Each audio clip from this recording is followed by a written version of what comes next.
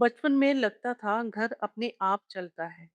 खाना वक्त पर मिल जाता था, कपड़े अपनी जगह मिल जाते थे और हर चीज बस ठीक रहती थी। अस्सलाम वालेकुम, मैं हूं शहनाज। स्वागत करती हूं आपका होम ब्यूरा पर, जहां हर दिन एक नई सीख और हर ब्लॉग एक नई कहानी है।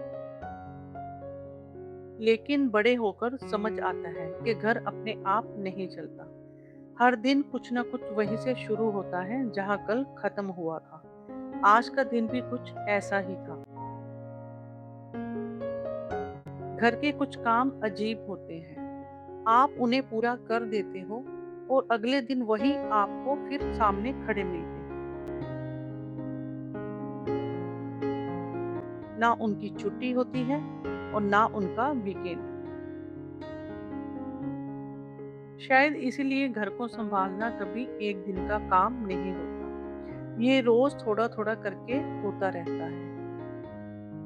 और जब तक एक काम पूरा होता है तब तक अगले की तैयारी शुरू हो चुकी होती है। बचपन में हम बस खाने का इंतजार करते थे। ये कभी नहीं सोचते थे कि उससे पहले कितनी छोटी छोटी तैयारियां होती हों। शायद कुछ काम इसीलिए भी नजर नहीं आते क्योंकि वो हमेशा वक्त से पहले हो जाते हैं। कभी किचन, कभी कपड़े, कभी सफाई। दिन भर बस काम बदलते रहते हैं और धीरे धीरे वक्त भी। गर्मी बढ़ रही थी इसलिए पानी और कूलर का भी ध्यान रखना था। रोज की जिंदगी में बहुत सी चीजें तब याद आती हैं जब वो अपनी जगह पर ना मिले।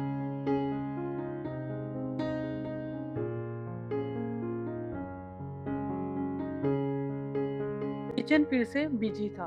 वैसे घर की सबसे ज्यादा यादें भी शायद इसी जगह से जुड़ी होती हैं। सुबह की चाय, गरम रोटी और साथ बैठकर खाना। ये सब चीजें रोज होती हैं, इसीलिए शायद खास नहीं लगती। कभी कभी लगता है आज के सारे काम खत्म हो गए और फिर अचानक याद आता है कि एक काम और बाकी है और फिर एक और।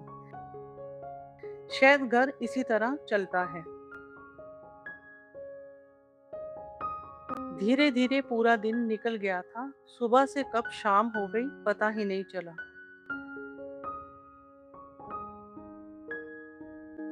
पूरे दिन घर और कामों के बीच रहने के बाद शाम की हवा अलग ही लगती है।